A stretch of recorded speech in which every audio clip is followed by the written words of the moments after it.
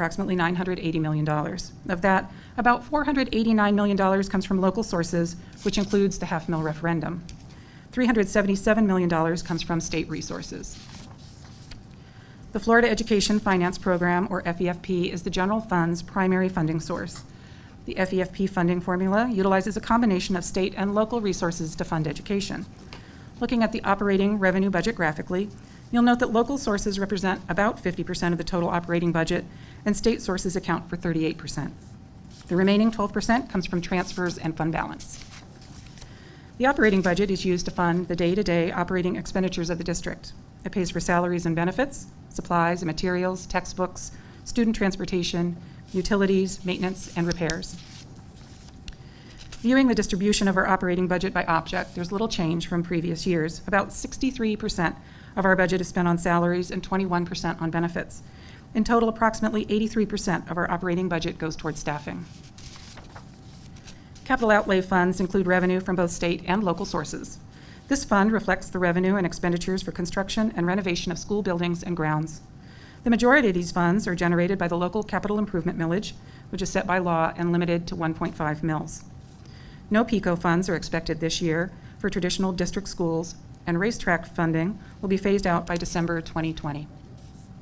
Additional funds will be provided through Certificate of Participation, or COPS bonds.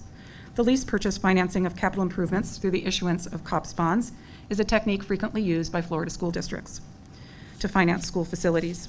The 2020-21 issuance of COPS will be utilized to construct new classrooms. Our proposed capital outlay budget is approximately $391 million. The budget reflects $230 million in new revenue, which includes $75 million from bonding and $378 million in proposed appropriations. The special revenue budget is comprised of three categories of federal funds: contracted program, CARES Act grants, and food service. The total contracted programs budget is approximately $52 million. This budget starts the year off low and builds as the year goes on, as we don't recognize or book the revenue until it's received. New this year are the Coronavirus Aid, Relief, and Economic Security, or CARES Act grants totaling $26.7 million. The $23.7 million Elementary and Secondary School Emergency Relief Grant, also known as ESSER, must be shared with private and charter schools. Private schools will receive $2.7 million of these funds, and charter schools will receive $1.6 million. Food service is a self-sustaining fund as it receives no dollars from the operating fund. Federal reimbursements and local collections are the primary revenue sources. The proposed food service budget is approximately $48 million. The debt service fund is used to account for the payment of general long-term debt principal and interest. The district categorizes the debt service fund into two groups. First, State Board of Education bonds, or SBE bonds, account for principal and interest payments for bonds issued by the state of Florida on the district's behalf in February of 2000.